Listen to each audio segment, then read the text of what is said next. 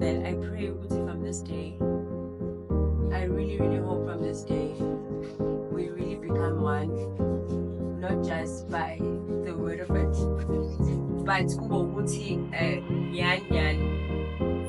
we live it for the rest of our lives. Through the hard times and the most wonderful times, through the sad times and the happiest of our times. It's another